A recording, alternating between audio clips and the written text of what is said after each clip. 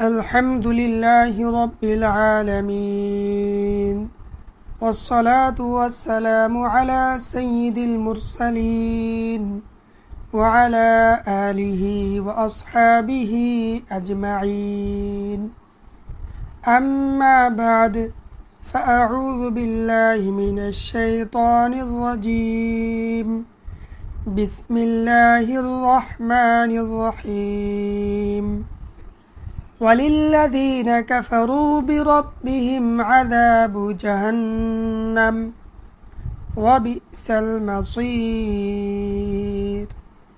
وقال تعالى التي تطلع على الأفئدة الحمد لله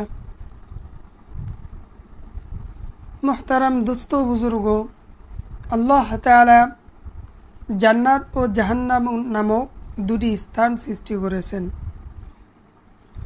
বিশ্ব জগতে যত জায়গা আছে তার মধ্যে জান্নাত হলো সবচেয়ে উত্তম স্থান আর জাহান্নাম হলো সবচেয়ে নিকৃষ্ট স্থান। দুনিয়াতে যারা আল্লাহর হুকুম মেনে চলবে, নেক আমল করবে, গুনাহ থেকে বেঁচে থাকবে, আল্লাহর সন্তুষ্টি অর্জন করে মারা যাবে, মৃত্যুর পর আল্লাহ তাআলা তাদেরকে জান্নাত দান করবেন। আর যারা আল্লাহর হুকুম মেনে চলবে না, গুনাহের কাজ করবে, আল্লাহকে অসন্তুষ্ট করে মারা যাবে, মৃত্যুর পর তারা জাহান্নামের শাস্তির মধ্যে পাকড়াও হবে। কেউ মোটা অঙ্কের বেতনের চাকরি পেল, অথবা কেউ অনেক সম্পত্তির মালিক হয়ে গেল, বা কেউ অনেক টাকা পয়সার মালিক হয়ে গেল, তখন আমরা মনে করি সে সফলকাম হয়ে গেল। না ভাই, এটা সফলতা নয়, বরং সফলতার মাপকাঠি কি তা আল্লাহ তাআলা কোরআনে জানিয়ে দিয়েছেন। আল্লাহ তাআলা বলেন, ফামান যুহজিহা আনিন নার ওয়া উদখিলাল জান্নাতা ফাকাদ ফাজ। যাকে জাহান্নাম থেকে দূরে সরানো হলো এবং জান্নাতে প্রবেশ করানো হলো, সেই সফলকাম হয়ে গেল। মুহতারাম দোস্ত বুজুর্গ, এই আয়াত দ্বারা আমরা জানতে পারলাম প্রকৃত সফলতা হলো জাহান্নাম থেকে বাঁচতে পারা, জান্নাতে প্রবেশ করা।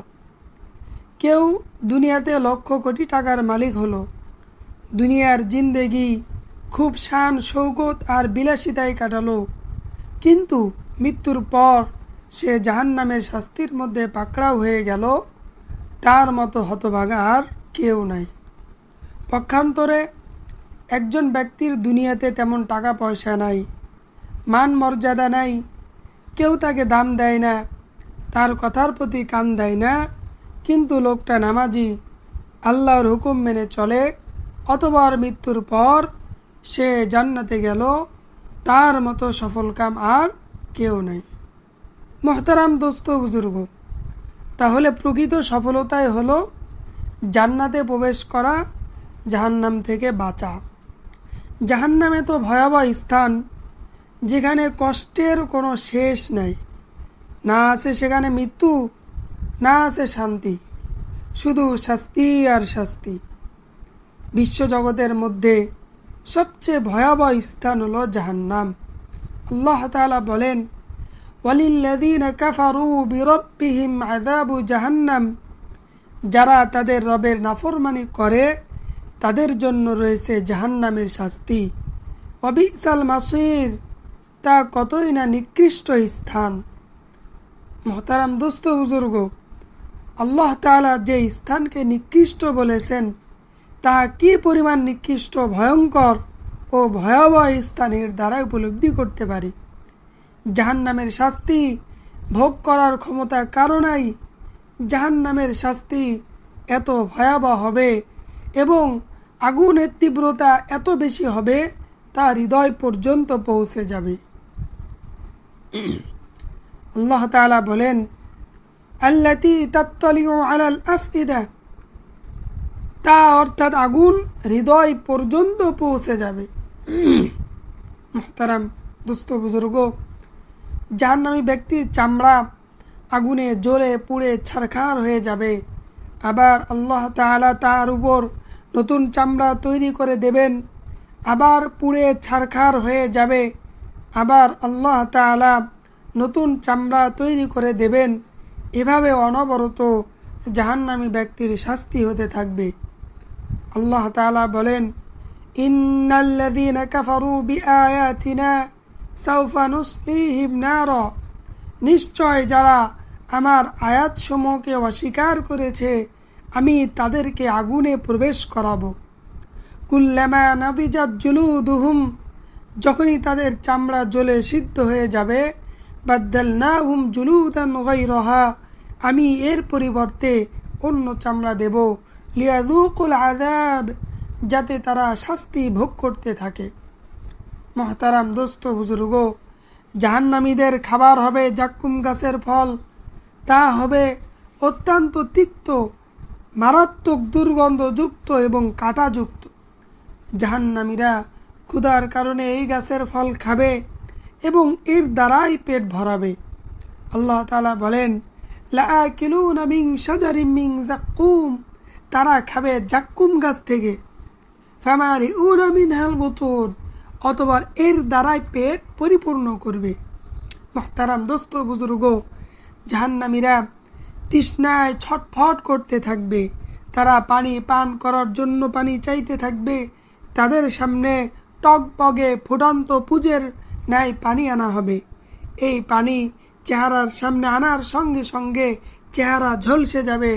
জাহান্নামীরা তৃষ্ণার কারণে ওই ফুটন্ত পানি পান করবে। আল্লাহ তাআলা বলেন, ওয়াই ইস্তাগীথু ইগাথু বিমাইন কালমুহলি ইয়াশউিল উজুহ, যদি তারা পানির জন্য ফরিয়াদ করে তাদেরকে পুজের ন্যায় পানি দেওয়া হবে, যা তাদের চেহারা ঝলসে দেবে। মুহতারাম দোস্ত বুজুর্গ, জাহান্নামের গলায় বেড়ি পরানো হবে অথবা তাকে জাহান্নামে নিক্ষেপ করা হবে। এরপর 70 গজ শেকল দিয়ে তাকে বাঁধা হবে, যাতে করে সে শাস্তি ভোগ করার সময় নড়াচড়া না করতে পারে। আল্লাহ তাআলা বলেন, খুযুহু ফাগুল্লুহ, এই জাহান্নামীকে ধরো এবং গলায় বেড়ি পরাও। সুম্মাল জাহিমা সল্লুহ, অথবা জাহান্নামে দগ্ধ করো। সুম্মা ফি সিলসিলাতিন যারউহা ৭০ যিরাআন ফাসলুকুহ, অথবা 70 গজ শিকল দিয়ে আবদ্ধ করো।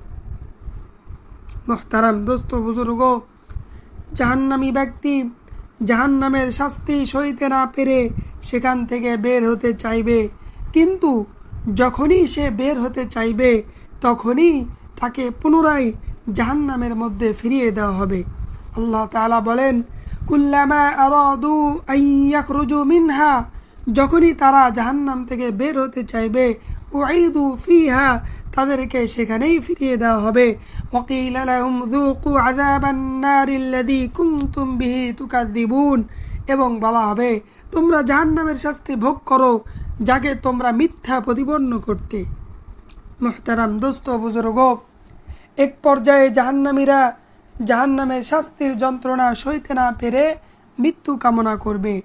জাহান্নামীরা জাহান্নামের দারোগা মালিক ফেরেশতাকে ডেকে বলতে থাকবে, হে মালিক, আপনার রব যেন আমাদেরকে মৃত্যু দিয়ে দেন।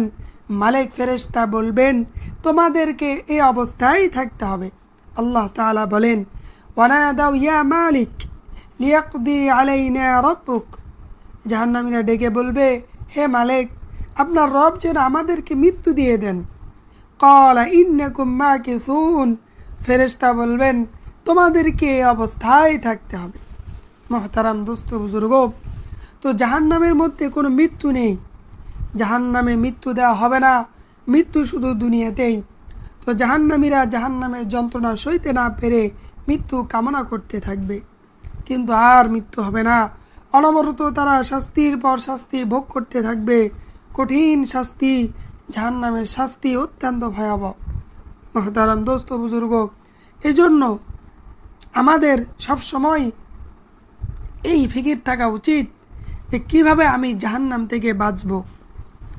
মুহতারাম দোস্ত বুজুর্গ, জাহান্নাম থেকে বাঁচতে হলে আমাদেরকে ঈমান ও আমল বানাতে হবে। আমরা তো ইমান এনেছি, কিন্তু এখন আমলের উপর আমরা উঠতে পারিনি। এজন্য ইমান ও আমলের উপর এমনভাবে মেহনত করতে হবে যেন আমি আল্লাহর হুকুমের উপর উঠে যেতে পারি এবং আমার জিন্দগিতে দিন চলে আসে, আমার থেকে কখনো যেন নামাজ না ছুটে, আমার থেকে যেন মিথ্যা কথা না হয়, আমার থেকে যেন গুনাহের কাজ না হয়। এজন্য আমাকে ফিকির করতে হবে, চেষ্টা করতে হবে। মোহতারাম দোস্ত বুজুর্গ, এই ইমান ও আমলে মেহনতের জন্য আমাদেরকে আল্লাহর রাস্তায় বের হতে হবে। আল্লাহর রাস্তায় তাবলিগে বের হয়ে দিন শিখতে হবে, দিন শিখে দিনের উপর চলার চেষ্টা করতে হবে। মোহতারাম দোস্ত বুজুর্গ, এজন্য আমরা সময় সুযোগ করে আল্লাহর রাস্তায় বের হব, তাবলিগে বের হয়ে দিন শিখব, দিনের উপর অনুশীলন করব, দিনের উপর যেন চলতে পারি, সেজন্য আল্লাহর কাছে দোয়া করব। আল্লাহ তাআলা আমাদের সবাইকে তৌফিক দান করুন। ওয়া আখিরু দাওয়ানা আনিল হামদুলিল্লাহি রাব্বিল আলামিন।